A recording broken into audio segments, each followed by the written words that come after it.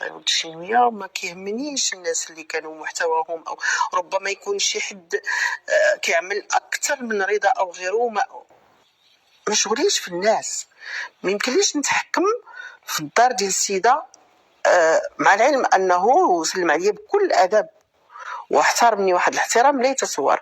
انا كنوجه رساله الان لان عندي بعض الرسائل شفتها في الانستغرام وكيقولوا لطيفه كنا كنحترموك وكنتي عندنا في عيننا كبيره، لكن من شناك مع فلان، او مثلا كتصلي بفلان او لا تحترمنيش صيره ما تحترمنيش، لا عنف الاستاذ، او مثلا كتصلي بفلان او لا تحترمنيش، بس ما بغيتكش تبغيني اساسا، ما كتحكمش فيا، عاتبني فني ما يعاتبنيش، شافني انا ما كيعرفنيش، لان الفنان الشخصيه العموميه بيقول ما تحترمنيش، قدر خصو يكون صبار، تيقولش الناس احترمني ولا ما تحترمني، ما تسلمش عليا كاع، انت ماشي انسانه عاديه، عندك حياتك الخاصه، ما يمكنش عاوتاني الشخصيه العتاب ديال السي المهداوي لطيفة رأفت في اللقاء الصحفي اللي كانت دايره ليلة أمس مع ديك الصحفية اللي سولاتها أسئلة مثلا على رضا البوزيدي،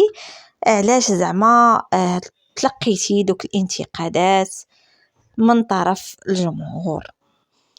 اللي خاص بعدا تعرفوا انه هاد القضيه ديال اسكوبار الصحراء والتورط ديال الاسم ديال لطيفه في هاد الاوديوهات اللي تم التسريب ديالها مع شي ناس قاعده معاهم اولا من الهاتف ديالها، كيقولوا انه شي منتج فني هو اللي خرج هاد التسريبات، شي كلمات اللي خطيرين في داك الاوديو اللي كان هاد التسريبات خرجهم دريس فرحان اللي حاليا رحنا الاعتقال. هاد القضيه ديال لطيفه رأفت باش تفهموها جات بالتزامن مع دنيا باطمه دخلت للسجن. الفانز ديال دنيا كيقولوا بانه حتى لطيفه كانت كتجاوب حمزه مون بيبي، وكان كيبارك ليها في السبوع ديال بنتها وجاوباتو، وقال لها راك نشيطه في واحد المهرجان وجاوباتو، وحتى هي متورطه مع المالي لانها كتقول مصطلحات اللي يعني هذيك الشركه راها غير دايرينها غير وجاه، انا ما سوقيش فيه يتاجر ولا ما يتاجرش، قضيه تبويض الاموال. مهم اوديوهات اللي خرجوا، وفاش خرج السي زهراش وهي ما بغاتش تهدر ديك الوقيته في اللقاء اللي دارت الصحافه ليها امام المحكمه، زهراش ما نفاش نهائيا هذوك الاوديوهات، ما قالش انه هاد الاوديوهات ما كاينينش، وانما قال لطيفه رأفت جات كمطالبه للحق المدني لانه كيتم الابتزاز ديالها بالملايين ثم الملايين. حتى لهنا فاهمين، يعني لطيفه جات عندها الصحافه، دنيا باطمه في الملف ديال حمزه مون بيبي كانت حتى هي كتجي عندها الصحافه. الفانز ديال باطمه ما كيبغيوش نهائيا لطيفه، باش نكونوا واقعين واضحين وشوفوا الفانز ديالها كيفاش كيهضروا على لطيفه وكيقولوا حتى هي خاصه تكون رهنه الاعتقال. كنعرفوا المالي برأها، حتى شي واحد من دوك 25 كاملين اللي مشدودين حتى شي واحد ما ذكر لطيفه انها متورطه.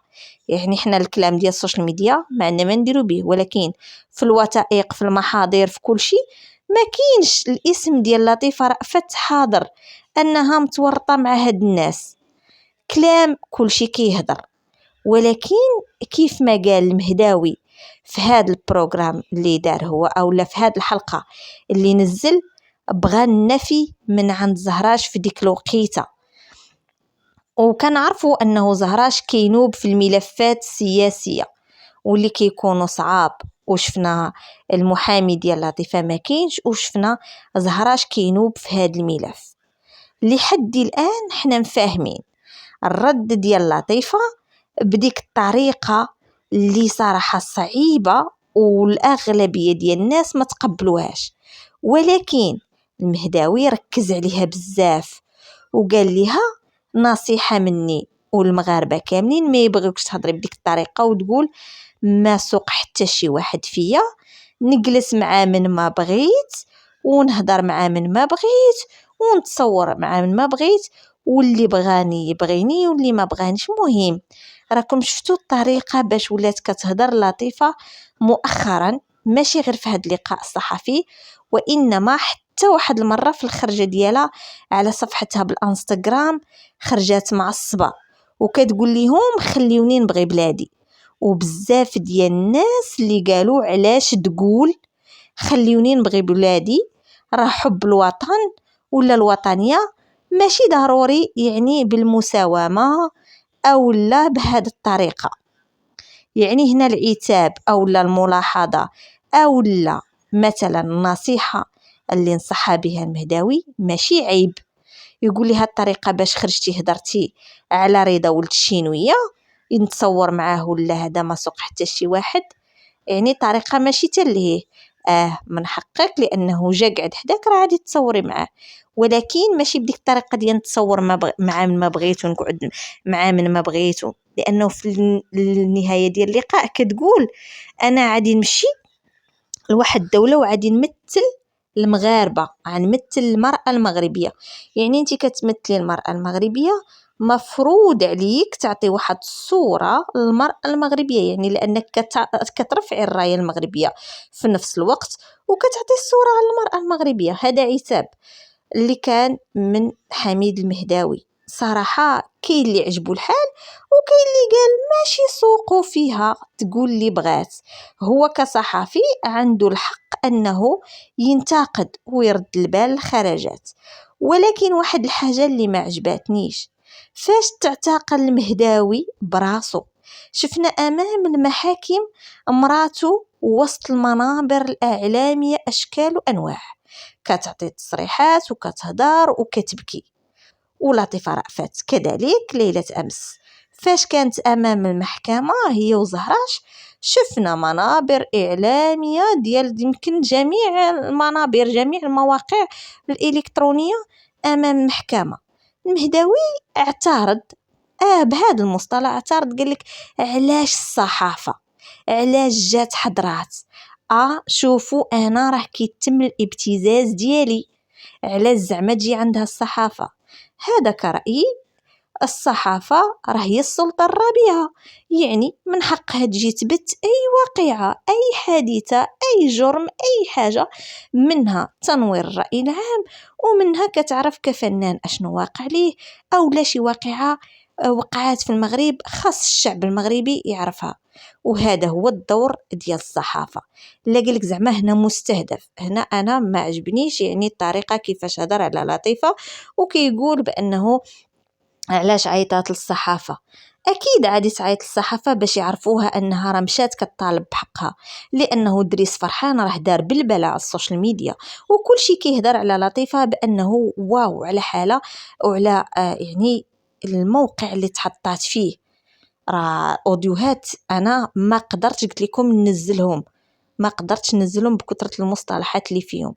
لحد الآن باقي ما سمعتش ولا ما عرفتش واش خرج زهراش كاين في هاد الأوديوهات فعلا خرجاتهم لطيفة أو لا مفبركة أو لا. لحد الآن باقي، لأنه قلت لكم أوديوهات اللي فيهم مصطلحات تاع ناس كبار، يعني راه صعاب.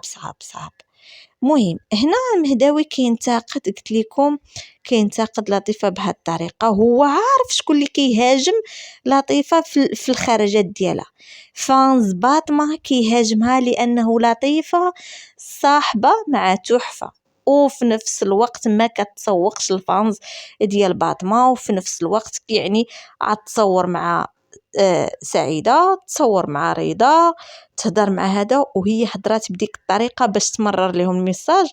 ولكن اللي ما عارفش السوشيال ميديا انها منقسمة هذا مع هذا وهذا عيقول علاش لطيفة جاوبات بديك الطريقة للمغاربة. يعني كل شيء عيرد البال ديك الطريقة، ما سوق حد فيا ندير اللي بغيت، ولكن هي كشخصية كفنانة كمحبة للمغاربة من صورها يعني ضروري كيعود الفنان عندك الحق تتحكم فيه، لأنه كيعود هو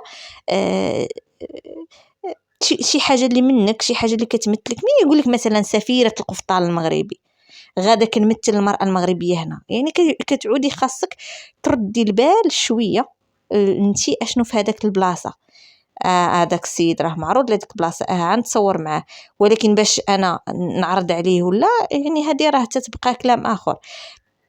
بالنسبه للتصرف ديال لطيفه رأفت، تصرف عادي، وانما الخرجه او الطريقه باش هضرات اللي ما فهموهاش بزاف. هي راه مرات ميساج لواحد الفئه اللي كتهاجمها، ومنهم واحد جوج الحسابات على الانستغرام اللي كيضلوا يبتزوا في سعيده وفي لطيفه وفي تحفه وفي رضا، وبانوا شي حسابات تهما في نفس اللقب ديال حمزه مون بيبي اللي كيبتزوا رجوه وكيبتزوا ديك باربي نهيله. يعني السوشيال ميديا اللي ما داخلش ليها بالمزيان وبالخصوص الانستغرام ما يعرفش اشنو واقع. المهداوي من طبيعة الحال هذا هو الدومين وهذا هو التخصص ديالو، وهو عارف مني قالت لطيفة أنا فنان والاخر فنان، هذاك الاخر عدو ديالو، انا ما سوقيش اذا نتصور معاه. اشنو عنات هنا؟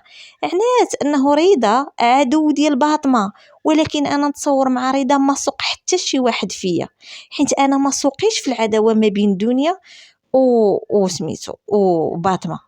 هذا راه هو الميساج اللي مرات واللي تفرج في الانترفيو راه يفهم القصه فين غاده والمحور فين غادي. واللي شاف تاني اليوم على الانستغرام لاباج ديال رضا كيفاش جاوب سعيده وكيقول لها في خاطر العديان، عفوا كيفاش جاوب لطيفه وكيقول لها في خاطر العديان.